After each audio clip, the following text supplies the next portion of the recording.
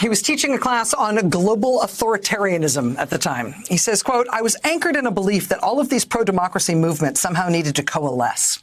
As I walked the class through a syllabus based upon country after country that had drifted to the nationalist authoritarian right, Hungary, Turkey, Russia, China, India, Brazil, it was glaringly obvious how interconnected these right-wing nationalists were. They used common tactics, common narratives, and common conspiracy theories to legitimize their rule.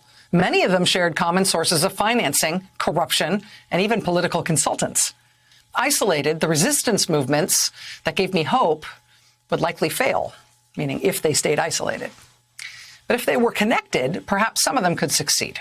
That would require an America that came to its senses while recognizing how much had gone wrong.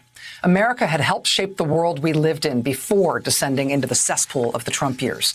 We now had a government that was busy radicalizing a huge swath of American society, with pockets of the country turning to violent white supremacy or a QAnon conspiracy theory positing that America is secretly run by a cabal of child sex traffickers. At precisely the time that progressive forces around the world were under siege, America absented itself from the defense of the most basic propositions that had once defined it in the eyes of the world. The idea that individuals are entitled to a basic set of freedoms that should be applied equally to all people. The idea that democratic governance will compel a society to organize itself around a common set of facts. The idea that people of different races, religions, and ethnicities can peacefully coexist by forging a common sense of identity. The lifelines offered to those who struggled for those things in their own spaces, validated by the results that America itself could produce. We did big things, but we had lost our grip on that lifeline.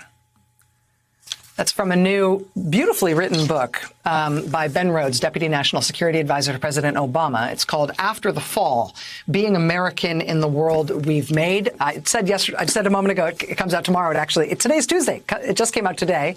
And it's about a lot, but it's got this urgent question at its core about figuring out why the United States started to bend with all those other parts of the world towards authoritarianism under the president that came after Barack Obama.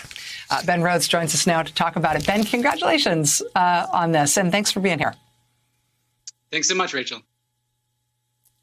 So I read the book and I took notes throughout, and at the end of my notes, I just wrote in Sharpie. I'd been taking notes with a pencil. Took out a Sharpie and wrote on the bottom of it, "This is a dark book."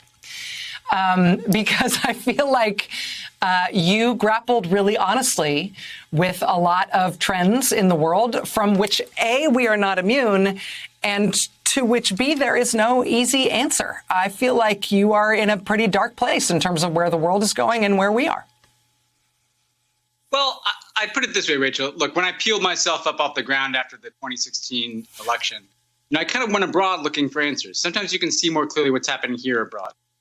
And the starting point for me really was I was talking to a Hungarian opposition figure. And I asked him, how has your country gone from being a democracy to a single party autocracy basically in a decade? And he said to me, well, it's quite simple. Viktor Orban, our prime minister, was elected on a right-wing populist backlash to the financial crisis, packed the courts with right-wing judges, redrew the parliamentary districts to favor his party, changed the voting laws to make it easier for his supporters to vote, enriched some cronies on the outside who bought up the media, created a right-wing media machine that supported Viktor Orban, and wrapped it all up in a nationalist bow of us versus them. Us is the real Hungarians, them is immigrants, Muslims, liberal elites, George Soros. And he's talking, and I'm thinking, well, he could be describing what's happened in America over the last decade with the Republican Party. And oh, by the way, Viktor Orban, well, he got that playbook from Vladimir Putin. And I think what I needed to reckon with as someone who was in a position of power, honestly, is if I could talk to people like Alexei Navalny, talk to people like Hong Kong protesters or that Hungarian opposition, I had to wrestle with how would America become part of this trend and what had we done to contribute to it, but also what could we do to get out of it. And I did find some hope in all those progressive movements that I allude to, particularly young people stepping forward, that actually there's a pushback here. There's a chance to steer the pendulum back in the other direction. But I was going to be honest, that's not preordained in any way. Well, and that's the part of it that I feel like is very important. The way you go through and you portray the rise of Orban, but you talk to people who are involved in the resistance against him, and the same thing with Putin and the resistance against him, and the same thing in China and the incredibly moving third portion of your book on the Hong Kong protesters. And it made me feel like I learned from the way that you learned it. About the authoritarian playbook and about the way that all the authoritarians do. You know, they're not exactly the same, but they all do basically the same things in order to not only get power, but consolidate it and work very hard on never giving it up. I don't feel like there's an anti-authoritarian playbook that is as tested and as effective. And I feel like the lessons aren't, other than sort of this sort of longing for a little bit more solidarity among different people who are resisting different authoritarians in different parts of the world. I don't know that they've got a playbook that works other places too. Well, I think what you see is different playbooks in different places. And part of the argument I'm making here is we have to learn from one another. In Hong Kong, where they really had an asymmetry of power with the Communist Party that they're standing up to. First of all, what that tells us is we keep hearing about the attractiveness of the Chinese model of governance. There was one city in the world that had the chance to opt in, and the entire city basically tried to opt out. And what they did through this creation of a culture of protest is create an identity that was very much rooted in the defense of democratic values. What an Alexei Navalny did that was so innovative is center his argument in anti-corruption, that essentially the key vulnerability of the authoritarians in Russia and in this country is corruption. And that's, of course, the weak spot that he exposed of Putin. That's also what some of the opposition did in Hungary as well.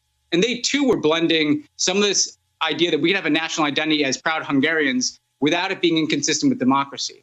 I think if you look across that, it does implicate us, Rachel, because the idea is they need us to succeed as Americans, not in our foreign policy, but where we've come up short of our ideal only underscores how important it is to be uncompromising in the defense of the idea that a multiracial, multi-ethnic democracy made up of people from everywhere can succeed.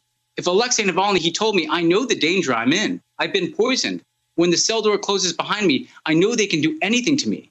But he refused to succumb to a circumstance in which his government was lying and was corrupt and was making power about something that was claimed only for the few. If he's willing to make that kind of sacrifice, if the Hong Kong protesters are willing to make the sacrifices they did, how can we not do more to stand up for our own democracy when we're the country that was supposed to have figured this out, Rachel?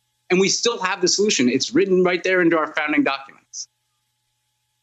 Yeah, seeing the American flags flying among the Hong Kong protesters, literally in the cover photo on your book, hearing you write about these people who are in resistance movements around the world, writing to you with concern, asking how America is in the depths of the worst of the COVID pandemic and the worst of the Trump administration. It's really, really moving and I think important piece of work. Ben Rhodes, former Deputy National Security Advisor, the author of After the Fall, Being American in the World We've Made. Congratulations on this, Ben. Thanks for being here to talk about it. Thanks so much, Rachel. All right, we've got much more to get to tonight. Stay with us.